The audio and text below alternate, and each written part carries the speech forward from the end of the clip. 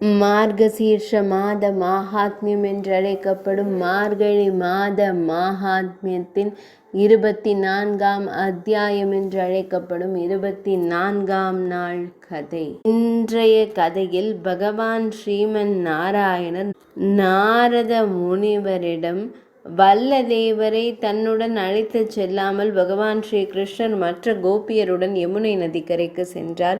அங்கு காளியன் என்ற நாகம் வாழ்ந்தது. தானாக முன்வந்து வடிவெடுத்த நந்தன் யமுனை நதிக்கரையில் காட்டில் காணப்படும் பழங்களை உட்கொண்டு தாகம் எடுக்கும் பொழுது தெளிவான சுத்தமான நீரை குடிக்கிறது. அவர் கோபியருடன் சிறிது நேரம் செலவிட்டார். பின்னர் அவர் ஓய்வெடுக்க அனுமதிக்கப்பட்ட போது எந்த சாதாரண குழந்தையும் விளையாடுவது போல அவர் தனது நண்பர்களுடன் விளையாடத் தொடங்கினார். விளையாடும் போது அவரது மனம் விளையாட்டில் மூழ்கியது. கோபிகளும் மகிழ்ச்சியுடன் நாடகத்தில் இணைந்தனர். இதற்கிடையில் புதிதாக பாலருந்திய பசுக்கள் முன்னோக்கி நகர்ந்தன. அனைத்து குழந்தைகளும் விளையாட்டில் மூழ்கினர். இதற்கிடையில் யமுனையின் மாசுபட்ட நீரை அருந்திய பசுக்கள் முன்னோக்கி நகர்ந்தன. முனி திருன்பாதத்தின் முயற்சியால் அந்த பசுக்கள் விஷ நீரை அருந்தின. கார்கோடகனின் தீப்பிழம்புகளால் துன்புறுத்தப்பட்டு உடனடியாக தங்கள் உயிரை கொடுத்தனர். பசுக்கள் கூட்டம் இறந்து கொண்டிருப்பதைக் கண்டு நீங்கள் மிகவும் கவலைப்பட்டு பயந்தீர்கள். அவர்களின் முகங்கள் சோகமாகிவிட்டன. அவர்கள் அனைவரும் வந்து மதுசூதனான பகவான் ஸ்ரீ கிருஷ்ணரிடம் இந்த கதையை கூறினார்கள். முழு ரகசியத்தையும் அறிந்த பகவான் ஸ்ரீ கிருஷ்ணர் விழித்தெழுந்தார். அந்த பசுக்கள் அனைத்தையும் உயிர்ப்பித்தார். அந்த பசுக்கள் உடனடியாக எழுந்து நின்று பகவான் ஸ்ரீ கிருஷ்ணரின் முகத்தை காணத் தொடங்கினர். பகவான் ஸ்ரீ கிருஷ்ணர் யமுனை நதியில் ஓடும் நீரின் அருகே உயர்த்தப்பட்ட படிகளில் ஏறி அந்த அரவத்தின் இல்லத்தில் பல அரவங்களுக்கு மத்தியில் சிக்கிய அரவத்தின் வலியை உணரத் தொடங்கினார். காளிய நாகம் ஒரு மனிதனின் வடிவத்தில் வந்தது. பகவான் ஸ்ரீ கிருஷ்ணரை கண்டதும் அது கோபமடைந்து நின்றது. ஒரு மனிதன் அவசரமாக சூடான இரும்பை பிடித்தது போல் உடனடியாக ஓடினார். அதே போல் காளிய நாகத்தின் தொண்டையும் வயிறும் பிரம்ம தேஜஸால் எரிய தொடங்கியது. பாம்பான அரவம் அமைதியின்றி என் இரத்தத்தை எடுக்கிறாய் என்று கூறி பகவான் ஸ்ரீ கிருஷ்ணரை மீண்டும் உமிழ்ந்தது. பகவான் ஸ்ரீ கிருஷ்ணனின் இடி போன்ற உடல் பாகங்களை மென்று அவரது பற்கள் அனைத்தும் உடைந்து அவர் இரத்த களரியானார். ஆனால் இறைவனுக்கு எதுவும் நடக்கவில்லை. அந்த நேரத்தில் இறைவன் இரத்த களரி முகத்துடன் காளிய நர்த்தனத்தின் தலையில் ஏறினார். விஷம்பரின் பாரத்தால் துடித்த காளிய நாகம் தனது இரத்தத்தை விட்டு கொடுக்க தயாரான போது அது இரத்தத்தை வாந்தி எடுத்து முதுகில் விழுந்தது. அவரை கண்டதும் அனைத்து அரவங்களும் அன்பால் மூழ்கி அழத் தொடங்கின. சில ஓடிவிட்டன. சில பயத்தில் தங்கள் துளைகளில் ஒளிந்தன. சில மையல் இருந்ததை கண்ட அரவத்தின் மனைவி சுரசா மற்ற அரவங்களுடன் பகவான் ஸ்ரீ கிருஷ்ணரின் முன்வந்து அன்பால் அழத் தொடங்கினாள். அவள் கரங்களை கூப்பி தலையினை உயர்த்தி அவரது 2 பாதங்களையும் தாங்கி கலங்கிய நிலையில் பகவான் ஸ்ரீ கிருஷ்ணரை வணங்கி, ஜெகதீஸ்வரரை, தயவு செய்து என் கணவரை என்னிடம் திருப்பித் தரவும். பகவானே, மற்றவர்களுக்கு மரியாதை கொடுப்பவரே, தயை கூர்ந்து எனக்கும் மரியாதை கொடுங்கள். பெண்கள் தங்கள் கணவர்களை தங்கள் உயிரை விட அதிகமாக நேசிக்கிறார்கள். அவர்களுக்கு தங்கள் கணவர்களை விட வேறு சகோதரர் இல்லை.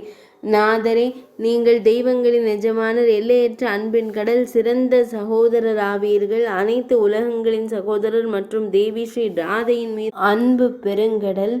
எனவே என் அன்பான இறைவனை கொல்லாதீர்கள். படைப்பாளரை உருவாக்கியவர் தாங்கள். எனவே எனக்கு நீங்கள் இங்கே ஒரு கணவரை கொடுங்கள். திரிநேத்திர ராதாதாரி மகாதேவருக்கு 5 முகங்கள், பிரம்மதேவருக்கு 4 மற்றும் அரவத்திற்கு 5 முகங்கள், கார்த்திகேயருக்கும் 6 முகங்கள் உள்ளன. ஆனால் இவர்களால் கூட தங்கள் வாய் குழந்தைகளால் உங்களை பார்க்க புகழ்ந்து பேச இயலவில்லை. சரஸ்வதி கூட உங்களை புகழ்கிறார். முழு வேதங்களும் இதை செய்ய இயலாது. மற்ற கடவுள்களும் துறவிகளும் கூட உங்கள் துதியில் சூழலில் இது சக்தியை அளிக்கும் என்று விவரிக்கிறார்கள்.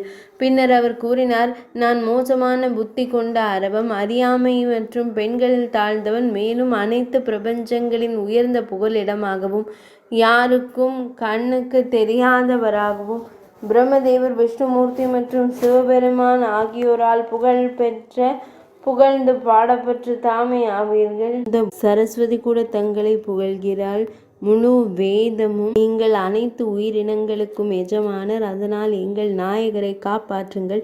பக்தியுடன் இந்த ஜெபத்தை பாடி அரவ மன்னன் வல்லப சுரசா தலையில் குனிந்து சூரியான பகவான் ஸ்ரீ கிருஷ்ணரின் தாமரை பாதங்களை பிடித்து அமர்ந்தாள். திரிகால சந்தியா நேரத்தில் அரவத்தின் மனைவி செய்த இந்த ஜபத்தை ஓதுபவள் அனைத்து பாவங்களிலிருந்தும் விடுபட்டு இறுதியாக பகவான் ஸ்ரீஹரியின் ஆசிர்வாதங்களை அடைகிறார்.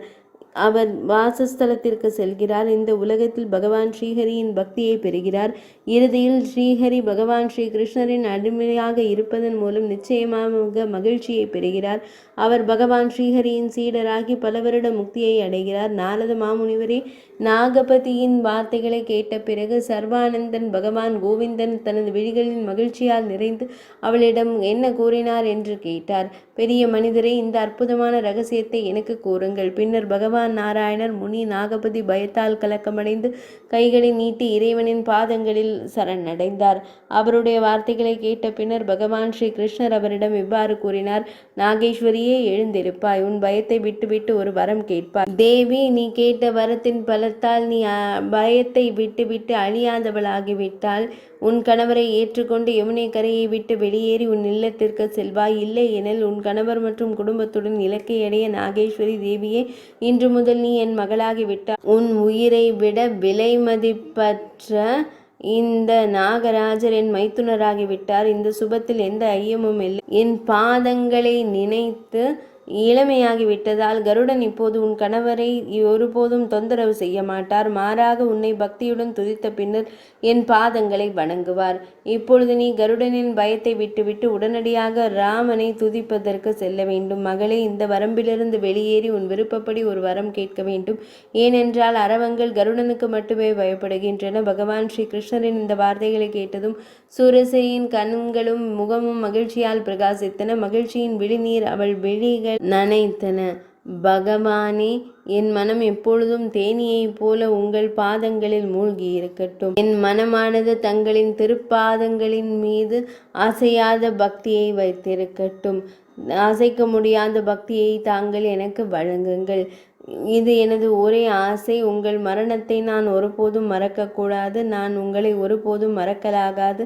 எனது அன்பும் அறிவும் என்றென்றும் நிலைத்திருக்கட்டும். எனது இந்த புகழ் ஞானிகளால் சிறந்ததாக இருக்கட்டும். பகவானே, இதுவே எனது பிரார்த்தனையாகும். தயை கூர்ந்து அதை நிறைவேற்றுங்கள். இதை கூறி அரவத்தின் மனைவி பகவான் ஸ்ரீஹரியின் முன் வணங்கி நின்றாள். பகவான் ஸ்ரீஹரியின் சந்திரனை, அதாவது பகவான் ஸ்ரீ கிருஷ்ணரை கண்டால் அது சரத் பூர்ணிமாவின் சந்திரனை கூட வெட்கப்பட வைக்கிறது. அந்த சதி இமைக்காமல் கோவிந்தனின் முகத்தின் அழகை தன் இரு விழிகளாலும் அருந்தினாள். அவளுடைய உடல் உறுப்புகள் அனைத்திலும் சிலிர்த்து போய் ஆனந்த விழிநீரில் மூழ்கினாள்.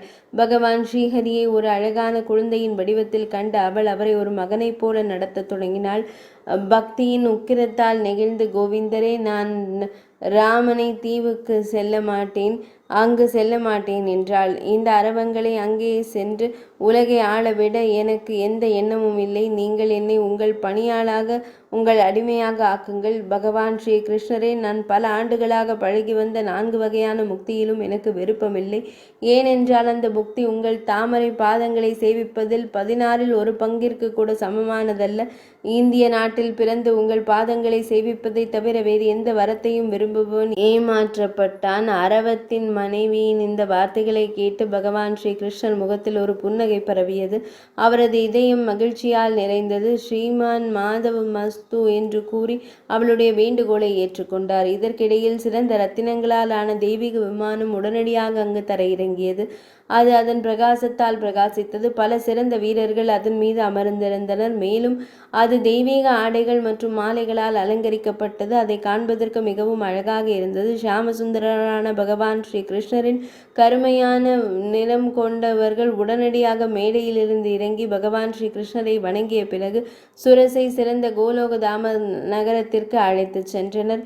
அவர்கள் வெளியேறினர். பின்னர் பகவான் ஸ்ரீஹரி தனது பிரகாசத்தால் சுரசையை சாயா வடிவத்தில் உருவாக்கி அரவத்திற்கு கொடுத்தார். வைஷ்ணவி தேவி மாயையால் மயங்கியதால் காளிய நாகத்தால் இதை குறித்து எதுவும் அறிய முடியவில்லை. அரவத்தின் தலையிலிருந்து கீழே வந்த பகவான் ஸ்ரீஹரி மிகுந்த கருணையுடன் காளியனின் தலையில் தனது கரத்தினை வைத்தார். அவர் கரத்தினை வைத்தவுடன் உணர்வு அல்லது உடலுக்கு திரும்பியது. அவர் பகவான் ஸ்ரீஹரியை அவர் முன் கண்டார். மேலும் சத்தி சுரசை கூப்பிய கரங்களுடன் நின்று கொண்டிருப்பதையும் அவள் விழிகளில் இருந்து விழிநீர் வழிவதையும் கவனித்தார். இதை கண்டு அவர் கோவிந்தரையும் வணங்கி உடனடியாக அன்பால் மூழ்கி அழத் தொடங்கினார். அரவங்களின் அரசர் அழுவதை கண்ட இரக்கமுள்ள கடவுள் பக்தரின் உற்சாகத்தால் சுரசம் மூழ்கியது. அவள் விழிகளில் இருந்து விழிநீர் வழிந்தது. ஆனால் அவள் எதுவும் கூறவில்லை. பின்னர் கருணையுள்ள கடவுள் தானே கூறினார். ஏனென்றால் கடவுளின் கருணை எப்பொழுதும் தகுதியான மற்றும் தகுதியற்ற உயிரினங்கள் மீது ஒரே மாதிரியாக இருக்கிறது. பகவான் ஸ்ரீ கிருஷ்ணர், காளியா, உன் மனதில் உள்ள விருப்பப்படி ஒரு வரம் கேள். மகனே, இப்போது நீ உன் உயிரை விட என்னை நேசிக்கிறாய். சகோதரா, என்னை விட்டுவிட்டு மகிழ்ச்சியாக வாழ். என்னுடைய தீவிர பக்தனாகவும் என் பங்கிலிருந்து பிறந்தவனாகவும் இருப்பவனுக்கு நான் சிறப்பு கருணை காட்டுகிறேன். அவனது பெருமையை அளிக்க அவனை சிறிது அடக்கிய பிறகு நான் மீண்டும் அவன் மீது கருணை காட்டுகிறேன். உன் பரம்பரையில் பிறந்த அரவங்களை அழிப்பவர்கள் ஒரு பெரிய பாவத்தை செய்வார்கள், துக்கங்களால் அவதிப்படுவார்கள். ஆனால் உன் பரம்பரையில் பிறந்த அரவங்களை கண்டு தங்கள் நெற்றியில் என் அழகான பாத சுவடுகளை பக்தியுடன் வணங்குபவர்கள் எல்லா பாவங்களிலிருந்தும் விடுபடுவார்கள். இப்போது நீ விரைவாக ரமணக்க தீவிற்கு சென்று கருடனை குறித்த பயத்தை விட்டுவிடு. ஏனென்றால் உன் நெற்றியில் என் பாத சுவடுகளை கண்டதும் கருடனும் பக்தியுடன் உன்னை வணங்குவான். உனக்கும் உன் சந்ததியினருக்கும் கருடனை குறித்த பயம் ஒருபோதும் இருக்காது. இன்று முதல் இந்த வரத்தை பெற்ற பின்னர் உன் குலத்தின் அரவங்களில் சிறந்தவனாக மாறுவாய். மகனே, வேறு ஏதாவது வரம் கேட்க விரும்புகிறாயா? நீ கேட்க விரும்பினால் இப்போதே அதனை கேட்பாய். உன் எல்லா துக்கங்களையும் நான் நீக்கப் போகிறேன். எனவே உன் பயத்தை விட்டுவிடு. உன் மனதில் உள்ளதை என்னிடம் கூறுவாய். பகவான் ஸ்ரீ கிருஷ்ணனின் பேச்சை கேட்டு பயந்து நடுங்கிய காளிய நாகம் இப்போது அவரிடம், வரம் கொடுப்பவரே, எனக்கு வேறு எந்த வரமும் வேண்டாம். ஒவ்வொரு பிறவியிலும் உங்கள் பாதங்கள் மீதான எனது பக்தி அப்படியே இருக்க வேண்டும் என்றும் உங்கள் பாதங்களை குறித்து நான் எப்பொழுதும் நினைத்து கொண்டிருக்க வேண்டும் என்றும் விரும்புகிறேன். நான் பிராமண குடும்பத்தில் பிறந்தாலும் சரி, விலங்குகள் அல்லது பறவைகளின் குடும்பத்தில் பிறந்தாலும் சரி, இந்த வரத்தை மட்டும் தாங்கள் எனக்கு கொடுங்கள் என்று கூறத் தொடங்கினார். எல்லா உயிரினங்களும் சமமாக இருக்கும். உங்கள் பாதங்களின் தாமரை இருக்கும் தியானம் மட்டுமே வெற்றி பெறும். உங்கள் பாதங்கள் நினைவில் இல்லை என்றால் சொர்க்கத்தில் வாழ்வது கூட பயனற்றது. உங்கள் பாதங்களை தியானிப்பதில் மூழ்கிய ஒருவர் எந்த இடத்தை பெற்றாலும் அதுவே சிறந்தது. பிரபுவான மூர்த்தியே, உங்கள் அருளால் பகவான் அனந்தரின் வாக்கிலிருந்து உங்கள் மந்திரத்தின் போதனைகளை பெற்றவுடன் உங்களை தியானிக்கும் பொழுது நான் உங்களை போன்ற திறத்தை பெற்றேன். என் பக்தி முதிர்ச்சி அடையவில்லை என்பது அறிந்து நல்ல பக்தி கொண்ட கருடாழ்வார் என்னை நாட்டிலிருந்து விரட்டிவிட்டு என்னை கண்டித்தார்.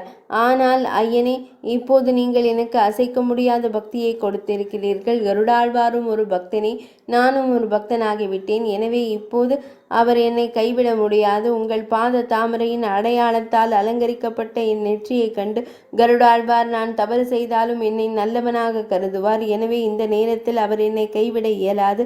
எங்கள் வழிபாட்டிற்குரிய நாகேந்திரர்கள் எனக்கு எந்த தொந்தரவும் செய்ய மாட்டார்கள் என்று நம்புகிறார். பகவானே, இப்பொழுது நான் அவருக்கு பலியாகிறேன். அதாவது அந்த குருதேவர் அனந்தரை தவிர நான் இனி ஒரு இரையாக கூட இல்லை. இப்போது எனக்கு யாரிடமிருந்தும் சகோதரர் இல்லை. தேவேந்திரர்கள், தேவர்கள் பயமில்லை. தேவேந்திரர், தேவர்கள், முனிவர்கள், மனுக்கள் மற்றும் மனிதர்கள் என் கனவிலோ அல்லது தியானத்திலோ கூட நான் காண இயலாத அந்த கடவுள் இந்த நேரத்தில் என் விழிகளுக்கு முன்னால் இருக்கிறார். நான் அவரை காண்கிறேன். பகவானே, பக்தர்களின் வேண்டுகோளின் பேரில் நீங்கள் உடல் வடிவத்தில் தோன்றியுள்ளீர்கள். அனைத்து வேதங்களும் பிரம்மதேவர், சிவனார் மற்றும் தர்மம் போன்றவையும் அவரை புகழ்ந்து பேச இயலாது. ஒரு அரவத்தினால் அந்த சர்வ வியாபியான இறைவனை புகழ்ந்து பேச இயலுமா? ஏழைகளின் சகோதரனே, ஏழைகளின் தலைவரே, தயை கூர்ந்து என்னை ஆறுதல் படுத்துங்கள். துரதிருஷ்டமசமானவன் பகவான் ஸ்ரீ கிருஷ்ணர் தாம். என் தீயவற்றை கொன்றுவிடுங்கள். இயற்கையாலும் அறியாமையாலும் அவர்கள் உங்களை மெல்ல முயன்றனர். ஆனால் நீங்கள் எங்கும் நிறைந்தவர் மற்றும் வானத்தை போல சுருக்கமானவர். எனவே உங்களை எந்த அடுக்காலும் கண்டுபிடிக்க இயலாது. உங்கள் முடிவை காண இயலாது. அதை கடக்க இயலாது. யாராலும் உங்களை தொட இயலாது. அரவங்களின் அரசரே, வரத்தை வழங்குங்கள். இந்த ஸ்தோத்திரத்தை காலையில் எழுந்தவுடன் ஓதுபவருக்கு, அவருக்கும் அவரது குடும்ப உறுப்பினருக்கும் ஒருபோதும் அரவங்களை குறித்த எந்த பயமும் இருக்காது. தரையில் அரவங்களின் படுக்கையை உருவாக்கி அதன் மீது என்றென்றும் உறங்கலாம். உணவில் விஷத்திற்கும் அமிர்தத்திற்கும் எந்த வித்தியாசமும் இல்லை. அரவம் தீண்டியவர் அல்லது விஷத்தை உட்கொண்டவர், விஷ உணவை உட்கொண்டு இறக்க வாய்ப்புள்ளவர் இந்த ஸ்தோத்திரத்தை கேட்பதன் மூலம் அந்த மனிதன் கூட ஆரோக்கியமுடையவனாகிறான். இந்த ஸ்தோத்திரத்தை ஒரு போஜ பத்திரத்தில் பக்தியுடன் எழுதுகிறான். அதை பயன்படுத்திய பிறகு அதை கழுத்திலோ அல்லது வலது கரத்திலோ அணிபவனுக்கு அரவங்களை குறித்த எந்த பயமும் இல்லை. இந்த ஸ்தோத்திரம் ஓதப்படும் இல்லத்தில் எந்த அரவமும் நிற்காது. நிச்சயமாக அந்த இல்லத்தில் விஷ அக்னி மற்றும் வஜ்ர பயம் இல்லை. இந்த உலகில் பகவான் ஸ்ரீஹரியின் பக்தியும் அவரது நினைவும் அவருக்கு எப்போதும் கிடைக்கும். இறுதியில் தனது குலத்தில் சுத்திகரித்த பிறகு அவர் நிச்சயமாக பகவான் ஸ்ரீ கிருஷ்ணரின் ஆசிகளை பெறுகிறார். பகவான் ஸ்ரீ கிருஷ்ணர் அரவங்களின் அரசர். நீங்கள் உங்கள் குடும்பத்துடன் யமுனை நீர் வழியாக ரமணக தீவிற்கு செல்ல வேண்டும் என்றார். அந்த இடம் இந்திர நகரத்தை போலவே பெரியது மற்றும் அழகானது. பகவான் ஸ்ரீ கிருஷ்ணரின் இந்த கட்டளையை கேட்டதும் அரவம் அன்பின் நிலையில் அழத் தொடங்கியது. நாதரே, நான் எப்போது மீண்டும் உங்கள் தாமரை பாதங்களை காண்பேன், தரிசிப்பேன் என்று கேட்டது. அவர் மகேஸ்வரர். பகவான் ஸ்ரீ கிருஷ்ணரை 100 முறை வணங்கினார். பின்னர் தனது மனைவி மற்றும் குடும்பத்தினருடன் நீரில் கடந்து சென்றார். செல்லும் போது அரவங்களின் அரசர் கடவுளிடமிருந்து பிரிந்ததால் மிகவும் வருத்தம் கொண்டார். அவர் சென்ற பிறகு அந்த யமுனை குளத்தின் நீர் அமிர்தம் போல ஆனது. அனைத்து உயிரினங்களும் இதனால் மிகவும் மகிழ்ச்சி அடைந்தன. காளியனின் ரமணக தீவை அடைந்த போது பகவான் ஸ்ரீ கிருஷ்ணனின் உத்தரவின் பேரில் விஸ்வகர்மாவை அதை கட்டியிருந்தார். இப்போது காளிய நாகம் தனது மனைவி மற்றும் மகன்களுடன் பகவான் ஸ்ரீஹரியின் தியானத்தில் மூழ்கி தனது பயத்தை விட்டுவிட்டு மிகுந்த மகிழ்ச்சியுடன் வாழத் தொடங்கினார். இந்த வழியில் பகவான் ஸ்ரீ கிருஷ்ணனின் முழு அற்புதமான அமைதியான விடுதலை அளிக்கும் மற்றும் அத்தியாவசியமான குணத்தையும் நான் விவரித்துள்ளேன். இப்பொழுது நீங்கள் என்ன கேட்க விரும்புகிறீர்கள்? மகரிஷி நரனை குறித்த ஒரு வார்த்தையை கேட்ட பின்னர் நாரத மாமுனிவர் மிகுந்த மகிழ்ச்சி அடைந்ததாக சூதர் கூறுகிறார். பின்னர் தனது அனைத்து சந்தேகங்களையும் நீக்கி அந்த மகரிஷியிடம் தனது செய்தியை கேட்டார். நாரத மாமுனிவர், காளியர் தனது முந்தைய சிறந்த கட்டிடத்தை விட்டுவிட்டு யமுனை கரைக்கு சென்றதற்கான ரகசியத்தை எனக்கு கூறுங்கள். பின்னர் நீங்கள் அனைவரும் யமுனையில் உள்ள காளிய நாகத்தின் வசிப்பிடத்தின் ரகசியத்தை விளக்கத்தை அடுத்த அத்தியாயத்தில் நாம் கேட்கலாம். அதை பகவான் ஸ்ரீ நாராயணர் கூறினார். மார்கசீர்ஷ மாதம் என்று அழைக்கப்படும் மார்கழி மாத மாஹாத்மியத்தின் 24ஆம் நாள் கதை இனிதே நிறைவடைந்தது.